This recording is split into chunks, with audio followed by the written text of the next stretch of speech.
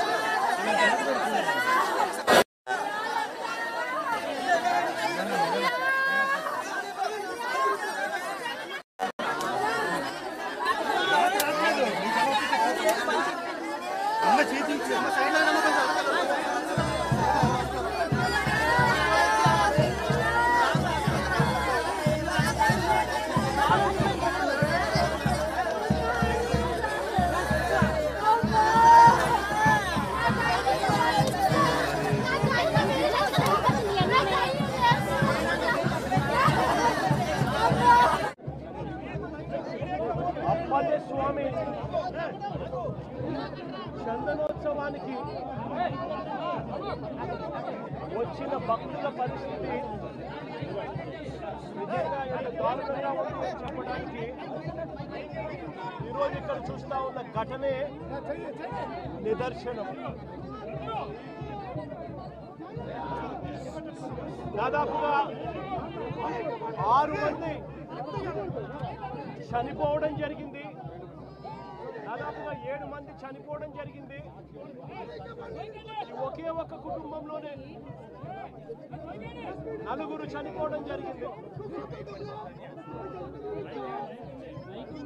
ఇంకా కొంతమందికి గాయాలు కూడా అయ్యాయి. నేను అడుగుతా ఉన్నాను ఒకటి, మొట్టమొదటగా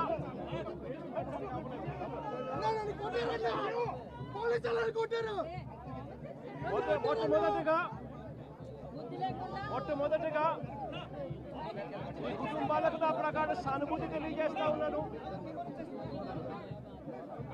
చనిపోయిన వారికి, వారి కుటుంబాలకు మంచి జరగాలని, వారి ఆత్మ చనిపోయిన వారి ఆత్మలకు శాంతి రావాలని దేవుణ్ణి కూడా ప్రార్థిస్తా ఉన్నాను. ఈ ఘటనను చూస్తే, ఇక్కడ జరిగిన ఘటన, సింహాచలంలో జరిగిన ఈ ఘటన అయినా కూడా చందనోత్సవానికి సంబంధించి ఇప్పుడు ఇవాళ జరిగిన ఈ ఘటన అయినా కూడా, లేదా మొన్న తిరుపతిలో వైకుంఠ ఏకాదశి నాడున జరిగిన ఘటన తీసుకున్నా కూడా, నేను ఒకటి అడుగుతా ఉన్నా ఈ ప్రభుత్వానికి, అయ్యా నాడు తిరుపతిలో జరిగిన వైకుంఠ ఏకాదశికి సంబంధించిన ఏ రోజు వైకుంఠ ఏకాదశి వస్తుంది అన్నది ప్రభుత్వానికి తెలియదా అని అడుగుతా ఉన్నా. ఎప్పుడు జరుగుతుందో తెలుసు. ఆ జరిగే రోజున లక్షల మంది భక్తులు వస్తారు అన్న సంగతి కూడా తెలుసు. తెలిసినా కూడా కేవలం నిర్లక్ష్య వైఖరితో అనేక మంది ప్రాణాలను బలికొన్నారు. వైకుంఠ ఏకాదశి నాడు తిరుపతిలో 6 మందిని ఇలాగే నిర్లక్ష్యం చేసి పొట్టలు పెట్టుకున్నారు. అప్పుడు కూడా అంతే. చంద్రబాబు నాయుడు గారు కుప్పం పర్యటన ఉంది అని చెప్పి పోలీసులందరినీ కూడా కుప్పంకు పంపించారు. అందరినీ కూడా పార్కుల్లో పెట్టి, రకరకాల ఏరియాలలో పెట్టి, సడన్గా ఒక్కసారి గేట్లు ఎత్తేసి, సెక్యూరిటీ అరేంజ్మెంట్స్ లేవు కాబట్టి, పోలీసులు ఎవరు లేరు కాబట్టి, అందరూ చంద్రబాబు నాయుడు గారిని ప్రసన్నం చేసుకునే దానికి వెళ్ళిపోయారు కాబట్టి, అందరినీ కూడా పార్కుల్లోనూ అక్కడ ఇక్కడ ప్యాక్ చేసి, సాయంత్రం పూట ఇక లైన్లలో నిలబడండి అని చెప్పి గేట్లు ఎత్తారు. తిరుపతిలో జరిగిన తోపులాటలో 6 మంది మరణించడం జరిగింది. లక్షల మంది వస్తారు అని తెలిసినా కూడా జరిగిన ఘటన. ఈరోజు చందనోత్సవం రోజు కూడా లక్షల మంది భక్తులు వస్తారు. ఈరోజు అప్పన్న స్వామి నిజ రూపంలో దర్శించుకోవచ్చు అప్పన్న స్వామిని అని లక్షల మంది భక్తులు ఈరోజు వస్తారు అని తెలిసినా కూడా దారుణమైన అరేంజ్మెంట్స్.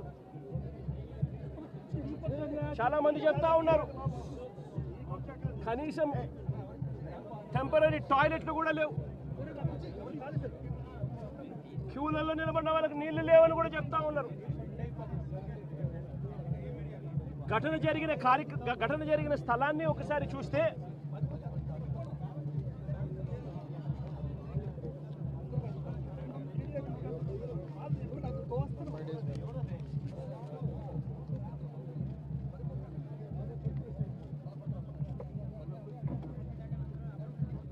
ఆరు రోజుల కిందట గోడ కట్టడం మొదలుపెట్టారు. 6 రోజుల కిందట గోడ కట్టడం మొదలుపెట్టారు. రీఇన్ఫోర్స్డ్ కాంక్రీట్ గోడ కట్టాల్సిన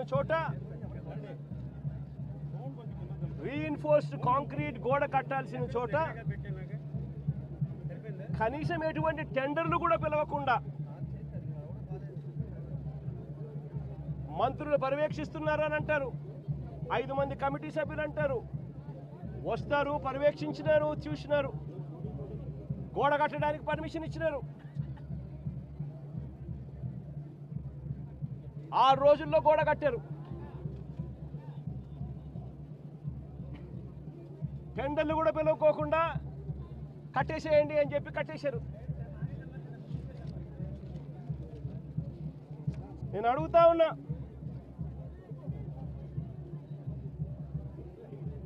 ఈరోజు అధికారంలోకి వచ్చి చంద్రబాబు నాయుడు గారు దాదాపు తిరుమలలో ఈ పెద్ద మనిషి రాజకీయాల కోసం లడ్డూ వివాదం చేసి మన వెంకటేశ్వర స్వామి పేరు ప్రఖ్యాతలను ఏ రకంగా రోడ్డు మీదకి తీసుకొచ్చాడు అన్నది కూడా ఈ 11 నెలల కాలంలోనే చూసాం. తిరుమల వైకుంఠ ఏకాదశి నాడు ఫలాని రోజు వస్తుంది వైకుంఠ ఏకాదశి అని చెప్పి కూడా తెలిసి కూడా నిర్లక్ష్యం చేసిన దాని కారణం వల్ల 6 మంది బలికొనడం కూడా తిరుపతి హిస్టరీలో ఇప్పుడు కూడా ఇటువంటి ఘటన అటువంటి ఘటన కూడా ఈ చంద్రబాబు నాయుడు గారు ఈ 11-12 నెలల కాలంలోనే చూసాం. ఈరోజు సింహాచలంలో చందనోత్సవం నాడు ఇంత దారుణంగా నిర్లక్ష్యం అనే ఒకే ఒక్క పదానికి అర్థం చెబుతూ 7 మందిని బలికొనడం కూడా ఈరోజు చూసాం. ఈ మధ్య కాలంలోనే శ్రీకాకుళంలో శ్రీకూర్మంలో, అది కూడా శ్రీకూర్మం గుడిలో కూడా ఏ రకంగా తాబేళ్లు చనిపోవడం కూడా మన కళ్ళెదుట చూసాం. మీద ఆయన చూపుతా ఉన్న శ్రద్ధకు నిదర్శనం. ఏదైనా కూడా పబ్లిసిటీ కోసమే ఆయన చేసేది, ఏదైనా డైవర్షన్ పాలిటిక్సే. పుష్కరాల సమయంలో కూడా గతంలో చూసాం ఏ రకంగా 29 మందిని బలికొన్నాడో కూడా మనం చూసాం. గోదావరి పుష్కరాలలో, రాజమండ్రిలో. నేను అడుగుతా ఉన్నా, ఇన్ని ఘటనలలో అన్ని ఘటనలకు జరిగేటప్పుడల్లా జరిగిన తర్వాత వస్తాడు, వచ్చి ఒక కమిషన్ వేస్తున్నాను, విచారణ చేయిస్తాను అని చెప్తాడు. ఇన్ని ఘటనలు నేను చెప్పిన కనీసం ఒక్క ఘటనలో అయినా కూడా సీరియస్గా ఎవరి మీద అయినా యాక్షన్ తీసుకున్నారా అని అడుగుతా ఉన్నా. ఎవరి మీద యాక్షన్ తీసుకోరు, ఎందుకనంటే ఈయనే దోషి కాబట్టి.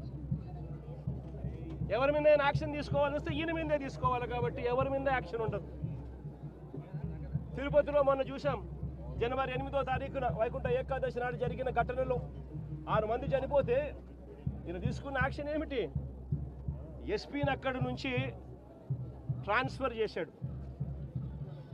అది ట్రాన్స్ఫర్ చేసేది ఏంది? చెత్త పొజిషన్లోకి ఏమన్నా ఇచ్చినాడంటే అది కాదు. అదే తిరుపతిలోనే టాస్క్ ఫోర్స్కు ఇంకా బెటర్ పొజిషన్కు తీసుకొని పోయి, ఆఫీసర్గా బెటర్ పొజిషన్కి తీసుకొని పోయి ఆయనకి ఇచ్చినాడు పోస్టింగ్. ఇప్పుడు చంద్రబాబు నాయుడు అడుగుతా ఉన్న అరాచక పాలనలో సిట్ అనేది ఉంది కదా, ఆ సిట్లో కూడా అదే సుబ్బరాయుడు అనే ఎస్పీ అధికారి క్రియాశీలక పాత్ర పోషిస్తూ చంద్రబాబు నాయుడు గారి మోచేతి నీళ్లు తాగుతూ చంద్రబాబు నాయుడుకు తానా తందానా అంటూ తాను పనిచేస్తూ ఉన్నాడు, చంద్రబాబు నాయుడు గారు పని చేయించుకుంటా ఉన్నాడు.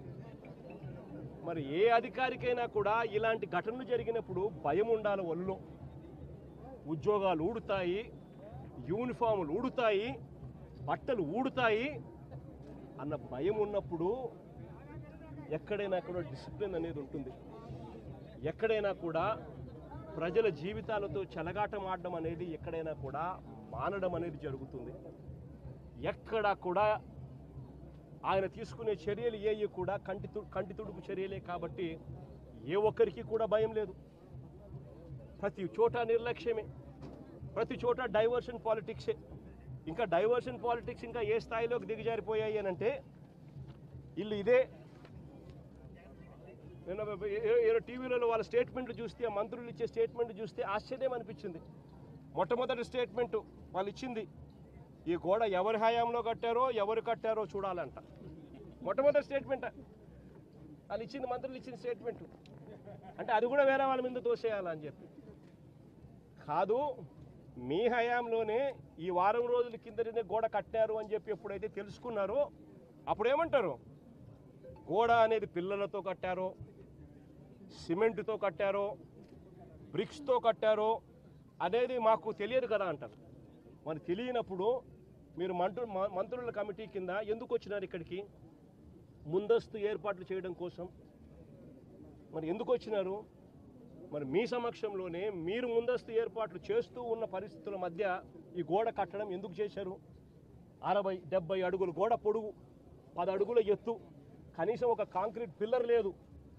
గోడ ఏ రకంగా కట్టనిచ్చినారు? కొత్త గోడ అని తెలుసు, రాత్రి వర్షం పడిందని తెలుసు. చందనోత్సవం జరిగే ప్రతిసారి వర్షం పడుతుంది, ప్రతి సంవత్సరం. ఆ సెంటిమెంట్ కూడా మరి వర్షం పడింది అని తెలిసినప్పుడు మరి గోడ పక్కనే మనుషులు ఎందుకు నిలబెట్టారు?